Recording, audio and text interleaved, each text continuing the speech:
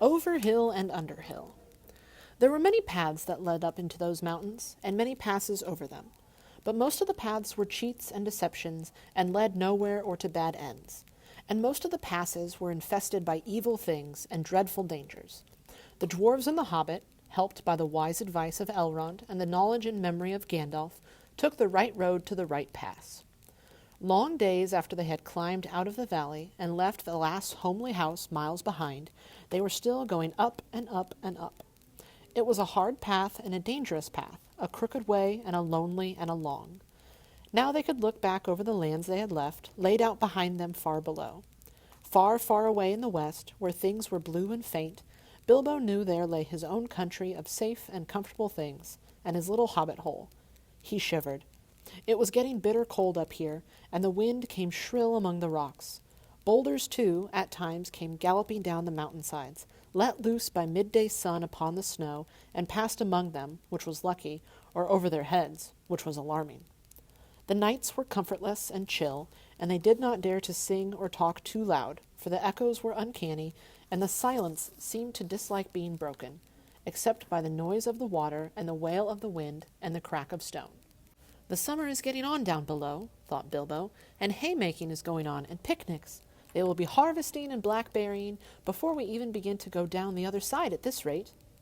And the others were thinking equally gloomy thoughts, although when they had said good-bye to Elrond in the high hope of a midsummer morning, they had spoken gaily of the passage of the mountains and of riding swift across the lands beyond.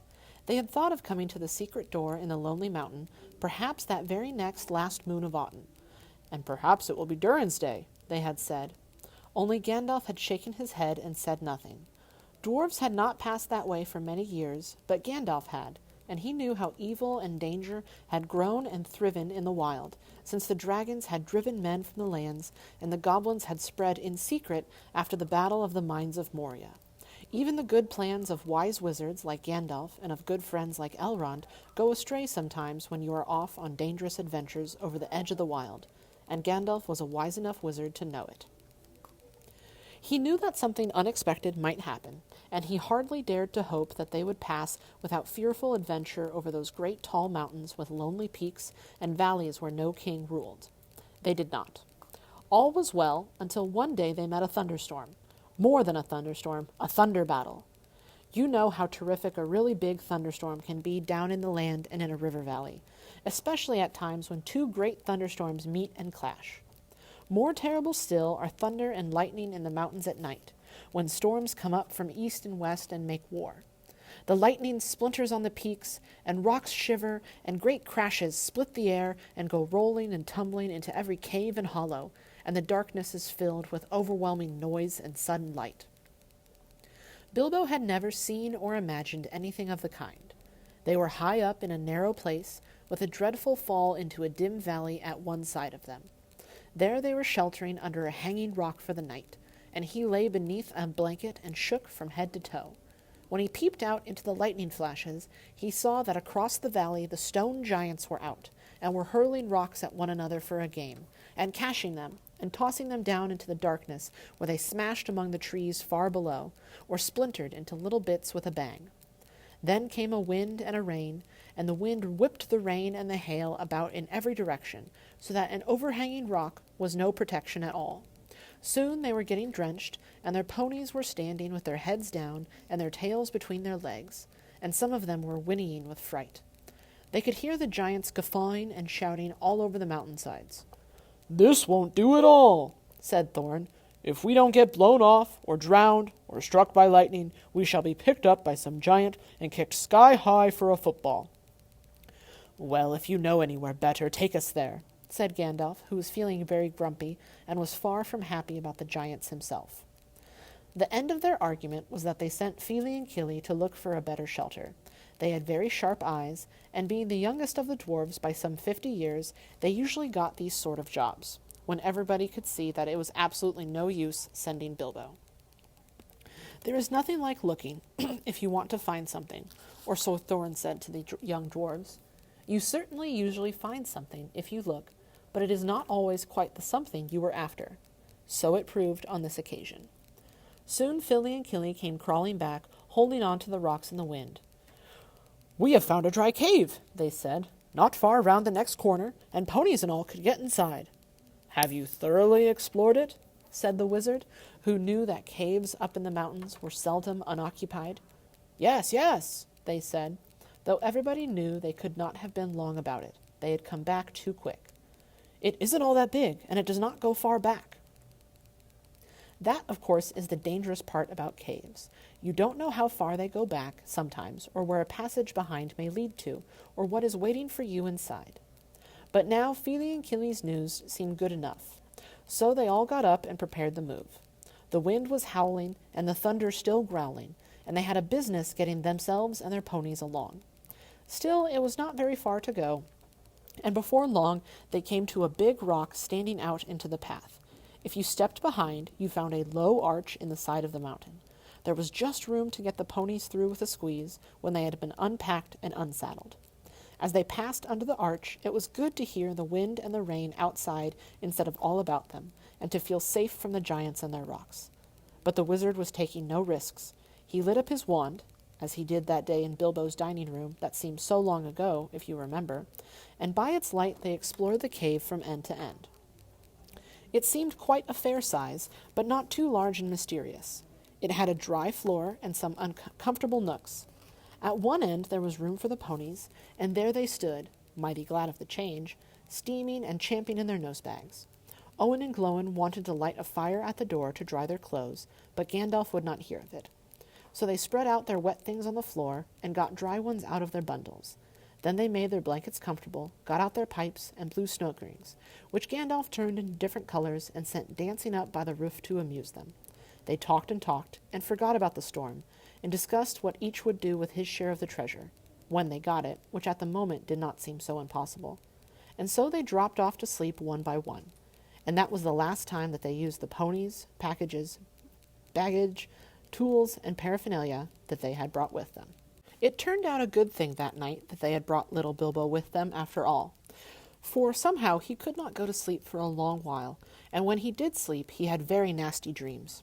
He dreamed that a crack in the wall at the back of the cave got bigger and bigger, and opened wider and wider, and he was very afraid, and could not call out or do anything but lie and look. Then he dreamed that the floor of the cave was giving way, and he was slipping, beginning to fall down, down, goodness knows where to. At that he woke up with a horrible start, and found that part of his dream was true. A crack had opened at the back of the cave, and was already a wide passage. He was just in time to see the last of the ponies' tails disappearing into it. Of course he gave a very loud yell, as loud a yell as a hobbit can give, which is surprising for their size. Out jumped the goblins, big goblins, great ugly-looking goblins, lots of goblins, before you could say rocks and blocks. There were 6 to each dwarf, at least, and 2 even for Bilbo, and they were all grabbed and carried through the crack before you could say tinder and flint. But not Gandalf. Bilbo's yell had done that much good. It had wakened him up wide in a splintered second, and when goblins came to grab him, there was a terrific flash like lightning in the cave, a smell like gunpowder, and several of them fell dead. The crack closed with a snap, and Bilbo and the dwarves were on the wrong side of it. Where was Gandalf? Of that neither they nor the goblins had any idea, and the goblins did not wait to find out. They seized Bilbo and the dwarves and hurried them along. It was deep, deep, dark, such as only goblins that have taken to living in the heart of the mountains can see through. The passages there were crossed and tangled in all directions, but the goblins knew their way, as well as you do to the nearest post office, and the way went down, and it was most horribly stuffy. The goblins were very rough, and pinched unmercifully, and chuckled and laughed in their horrible stony voices, and Bilbo was more unhappy even than when the troll had picked him up by his toes. He wished again and again for his nice, bright hobbit hole, not for the last time. Now there came a glimmer of a red light before them. The goblins began to sing, or croak, keeping time with the flap of their fat feet on the stone, and shaking their prisoners as well. Clap, snap, the black crack, grip, grab, pinch, nab, and down, down to Goblin Town you go, my lad. Clash, crash, crush, smash, hammer and tongs, knocker and gongs, pound, pound, far underground. Ho, ho, my lad. Swish, smack, whip, crack, batter and beat, yammer and bleat, Work, work, nor dare to shirk, while goblins quaff and goblins laugh, round and round, far underground, below, my lad. It sounded truly terrifying. The walls echoed to the clap snap and the crush smash, and to the ugly laughter of their ho ho, my lad. The general meaning of the song was only too plain, for now the goblins took out whips and whipped them with a swish smack, and set them running as fast as they could in front of them. And more than one of the dwarves were already yammering and bleating like anything when they stumbled into a big cavern. It was lit by a great red fire in the middle, and by torches along the walls, and it was full of goblins.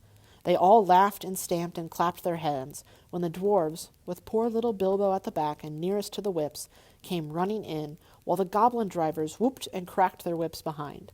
The ponies were already there, huddled in the corner, and there were all the baggages and packages lying broken open, and being rummaged by goblins, and smelt by goblins, and fingered by goblins, and quarreled over by goblins. I am afraid that was the last they ever saw of those excellent little ponies, including a jolly sturdy little white fellow that Elrond had lent to Gandalf, since his horse was not suitable for mountain paths. For goblins eat horses and ponies and donkeys, and other much more dreadful things, and they are always hungry. Just now, however, the prisoners were thinking only of themselves. The goblins changed their hands behind their backs and linked them together all in a line, and dragged them to the far end of the cavern, with little Bilbo tugging at the end of the row. There in the shadows, on a large flat stone, sat a tremendous goblin with a huge head, and armed goblins were standing round him, carrying the axes and the bent swords that they use. Now goblins are cruel, wicked, and bad-hearted. They make no beautiful things, but they make many clever ones. They can tunnel and mine as well as any, but the most skilled dwarves, when they take the trouble, though they are usually untidy and dirty. Hammers, axes, swords, daggers, pickaxes, tongs, and other instruments of torture they make very well, or get other people to make to their design, prisoners and slaves that have to work till they die for want of air and light. It is not unlikely that they invented some of the machines that have since troubled the world, especially the ingenious devices for killing large numbers of people at once, for wheels and engines and explosions always delighted them, and also not working with their hands more than they could help. But in those days and those wild parts they had not advanced, as it is called, so far. They did not hate dwarves especially, no more than they hated everybody and everything, and particularly the orderly and prosperous. In some parts, wicked dwarves have even made alliances with them.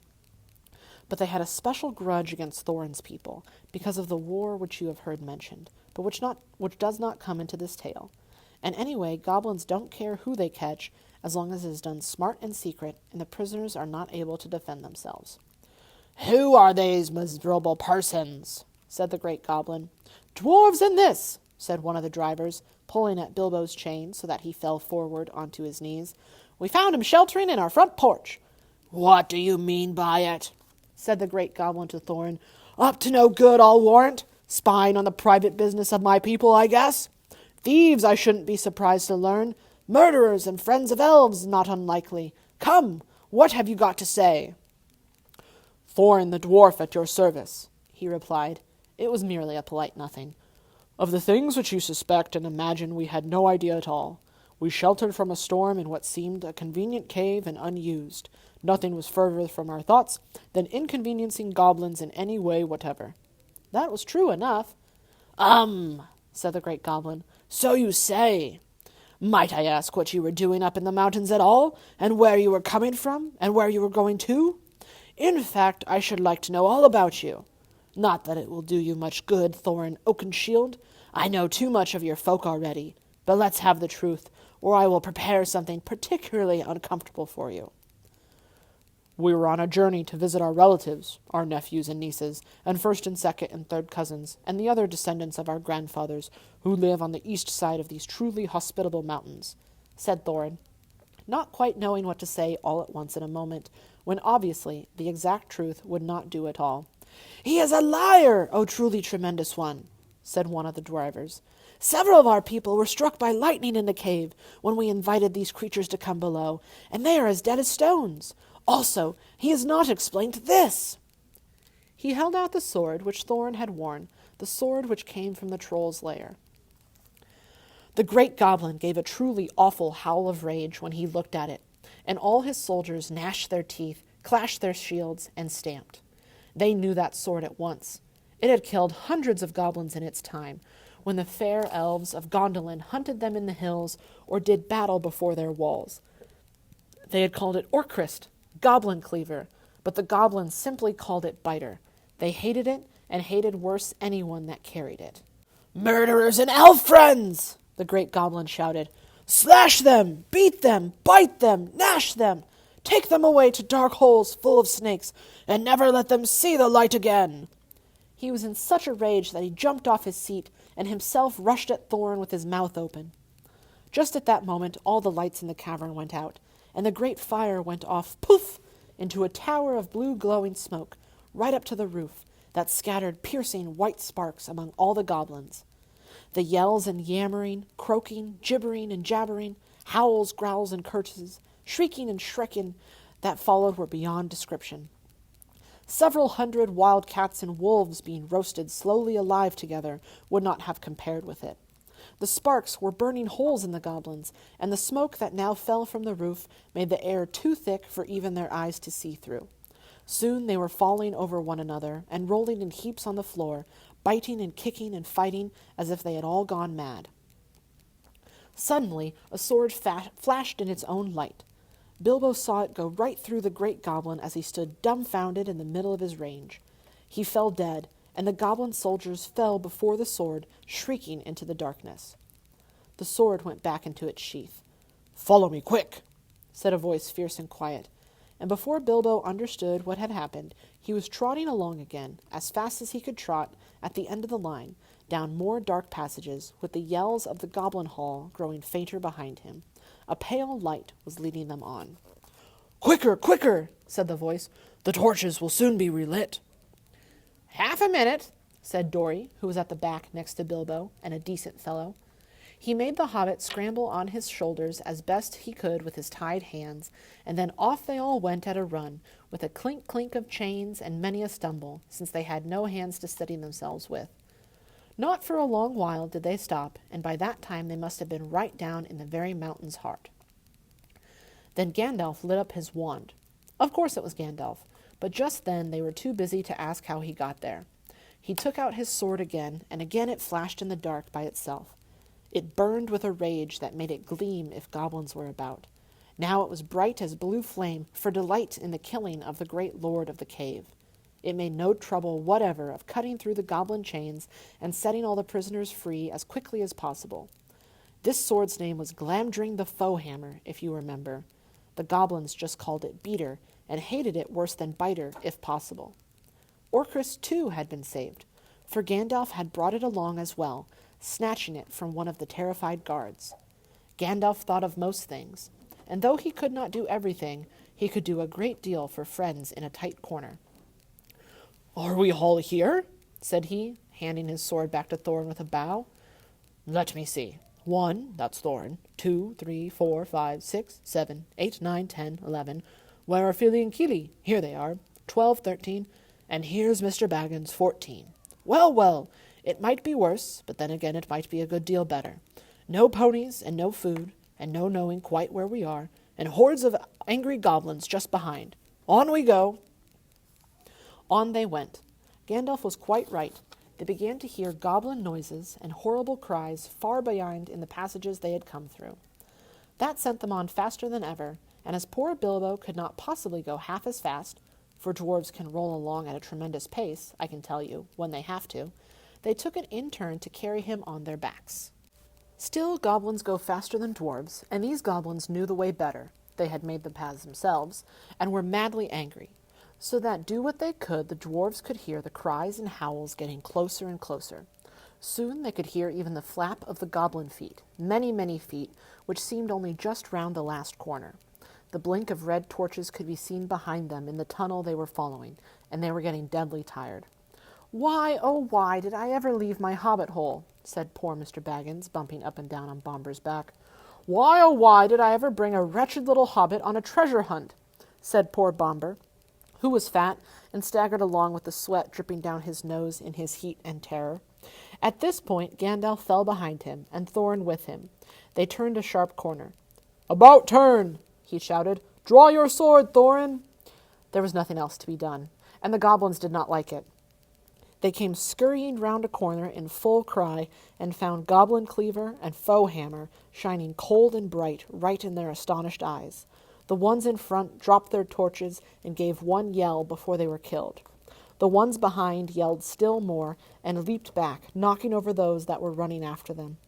"Bite her and beat her!" they shrieked, and soon they were all in confusion, and most of them were hustling back the way they had come.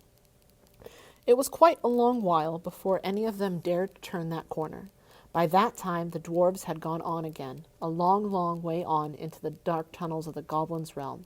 When the goblins discovered that, they put out their torches, and they slipped on soft shoes, and they chose out their very quickest runners with the sharpest ears and eyes. These ran forward, as swift as weasels in the dark, and with hardly any more noise than bats. That is why neither Bilbo, nor the dwarves, nor even Gandalf heard them coming, nor did they see them. But they were seen by the goblins that ran silently up behind, for Gandalf was letting his wand give out a faint light to help the dwarves as they went along. Quite suddenly Dory, now at the back again carrying Bilbo, was grabbed from behind in the dark.